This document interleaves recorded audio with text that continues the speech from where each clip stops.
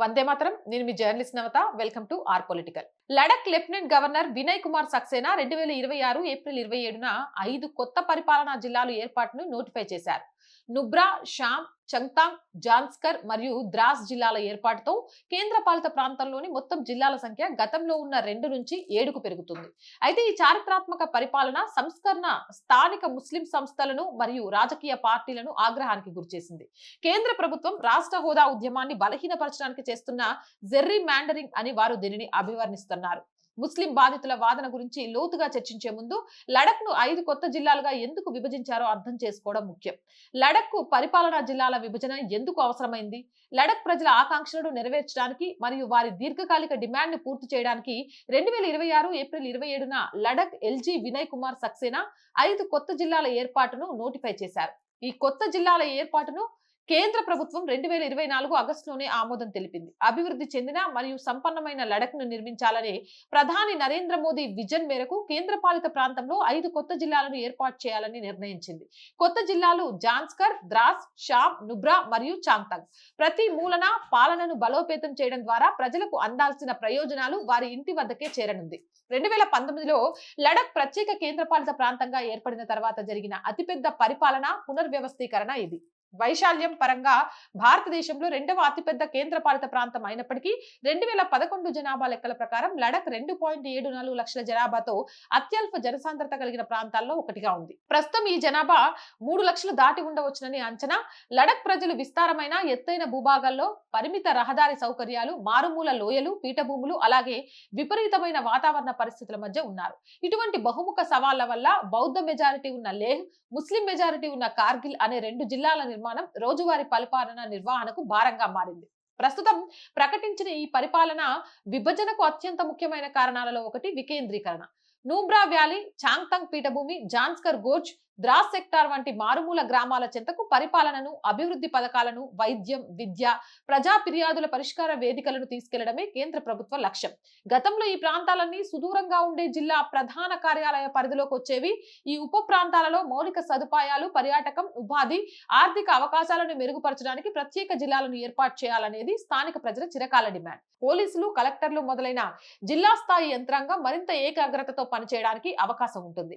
మోదీ ప్రభుత్వం తీసుకునే దాదాపు ప్రతి విధానపరమైన నిర్ణయంపై ముస్లిం బాధితుల ప్రచారాన్ని తెరపైకి తేవడం ఇస్లామిక్ రాజకీయ పార్టీలకు ఒక ఆనవాయితీగా మారింది.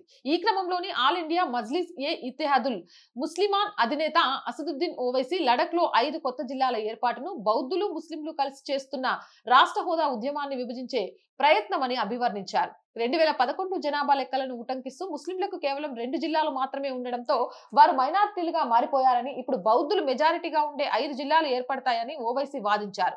మొత్తం 2,74,289 మంది జనాభాలో లడక్ లో 46.40% ముస్లింలు, 39.65% బౌద్ధ జనాభా ఉన్నప్పటికీ కేవలం 2 ముస్లిం మెజారిటీ జిల్లాలు మాత్రమే ఉంటాయని పేర్కొంటూ మోదీ ప్రభుత్వం జెర్రీ మ్యాండరింగ్ కు పాల్పడుతుందని ఓవైసీ ఆరోపించారు. మరోవైపు లడక్ కు పూర్తి రాష్ట్ర హోదా, గిరిజన రక్షణలకు హామీ ఇచ్చే 6వ షెడ్యూల్లో చేర్చాలని కోరుతున్న బౌద్ధులు, ముస్లింల ఐక్య ఉద్యమాన్ని విచ్ఛిన్నం చేయడానికి చేసిన వ్యూహాత్మక ప్రయత్నమని కార్గిల్ డెమోక్రటిక్ అలయన్స్ ఈ 5 కొత్త జిల్లాల ఏర్పాటును వ్యతిరేకిస్తుంది. బౌద్ధుల కంటే ముస్లింల జనాభా స్వల్పంగా ఎక్కువగా ఉన్నప్పటికీ తాజా నోటిఫికేషన్ ప్రకారం 5 బౌద్ధ మెజారిటీ జిల్లాలు ఏర్పడ్డాయని, ముస్లిం మెజారిటీ జిల్లాలు 2 మాత్రమే ఉన్నాయని కేడీఏ వాదిస్తోంది.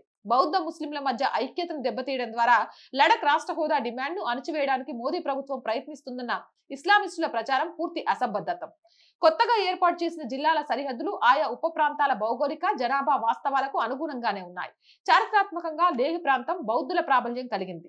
అందులోని షామ్, చాంగ్తాంగ్ మరియు నూబ్రా వంటి ఉప ప్రాంతాలు కూడా అత్యధికంగా బౌద్ధ జనాభాను కలిగి ఉన్నాయి. మరోవైపు కార్గిల్ మొత్తం మీద ముస్లిం మెజారిటీ ప్రాంతం అయితే ఇందులో జాన్స్కర్ బౌద్ధ మెజారిటీ ప్రాంతం కాగా ద్రాస్ ముస్లిం మెజారిటీ ప్రాంతం. ఈ మతపరమైన జనాభా విభాగాలు ఇప్పటికే ఉనికిలో ఉన్నాయి. 2 మత వర్గాలను వేరు చేయడానికి మోదీ ప్రభుత్వం ఈ విభాగాలను కృత్రిమంగా సృష్టించలేదు. ముఖ్యంగా గమనించాల్సిన విషయం ఏంటంటే, అసెంబ్లీ స్థానాల మాదిరిగా జిల్లాల ఏర్పాటు అనేది జనాభా ప్రాతిపదికన జరగదు. జిల్లా ఏర్పాటు అనేది ప్రధానంగా సమర్థవంతమైన పరిపాలన కోసం చేసే ప్రక్రియ. దీనికి జనాభా సాంద్రత ఒక ముఖ్యమైన అంశమే కానీ అది ఏకైక నిర్ణయాత్మక అంశం కాదు. ఇది ఎన్నికలకు సంబంధించిన పునర్విభజన కాదు. వాస్తవానికి లడక్ లో అసెంబ్లీ లేదు.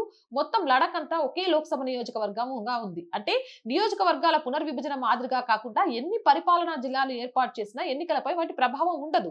ఇస్లాం ఇస్లామిస్టులు రాజకీయ ప్రత్యర్థులు కేంద్ర ఉద్దేశాలపై అనుమానాలను వ్యక్తం చేస్తున్నప్పటికీ ఇక్కడ ఎటువంటి మతపరమైన ఇంజనీరింగ్ జరగడం లేదు. కార్గిల్ నుంచి వేరు చేయబడిన జాన్స్కర్ విషయానికి వస్తే అక్కడి బౌద్ధ నివాసితులు దశాబ్దాలుగా ప్రత్యేక జిల్లా కోసం డిమాండ్ చేస్తున్నారు. 1979లో లడక్ ను లేహ్ మరియు కార్గిల్ జిల్లాలుగా విభజించినప్పుడు పరిపాలనా సౌలభ్యం పేరుతో స్థానిక బౌద్ధ జనాభాను ముస్లిం మెజారిటీ కలిగిన కార్గిల్ పరిధిలో ఉంచారు. అది అన్యాయం కాదా? గడిచిన ఏళ్లలో కార్గిల్ ప్రధాన కార్యాలయం నుంచి తమకు అభివృద్ధిలో నిర్లక్ష్యం, సరైన రహదారి సౌకర్యాలు లేకపోవడం మరియు వివక్ష ఎదురవుతుందన్న ఆరోపణలు వెల్లువెత్తుతున్నాయి. కొత్త జిల్లాల ఏర్పాటు వల్ల లడక్ కు రాష్ట్ర హోదా కోరుతూ ఏకమైన బౌద్ధులు మరియు ముస్లింల మధ్య చీలికలు ఏర్పడతాయనే ఆరోపణలపై ఎలాంటి వాస్తవికత లేదు. ఎందుకంటే రాష్ట్ర హోదా అనేది ఒక రాజకీయ డిమాండ్. ప్రస్తుత జిల్లాల ఏర్పాటు ప్రక్రియ వల్ల రాష్ట్ర హోదా డిమాండ్ కి ఎటువంటి విఘాతం కలగదు. ఇటీవల జెర్రీ మ్యాండరింగ్ అనేది రాజకీయ నాయకులకు ఒక ఊత పదంగా మారింది. నిజానికి జెర్రీ మ్యాండరింగ్ అంటే రాజకీయ ప్రయోజనాల కోసం ఓట్లను కేంద్రీకరించడానికి లేదా తగ్గించడానికి ఎన్నికల సరిహద్దులను మార్చడం అని అర్థం. లడక్ లో జరిగిన జిల్లాల ఏర్పాటు ప్రక్రియకు ఈ పదానికి అసలు సంబంధమే లేదు. లడక్ నేరుగా కేంద్ర ప్రభుత్వ పరిధిలో ఉండే ఒక కేంద్ర పాలిత ప్రాంతం. దానికి అసెంబ్లీ లేదు మరియు దాని పార్లమెంటరీ నియోజకవర్గాల్లో ఎలాంటి మార్పులు చేయడం లేదు. కొత్తగా ఏర్పడిన జిల్లాలు కేవలం పరిపాలనా విభాగాలు మాత్రమే.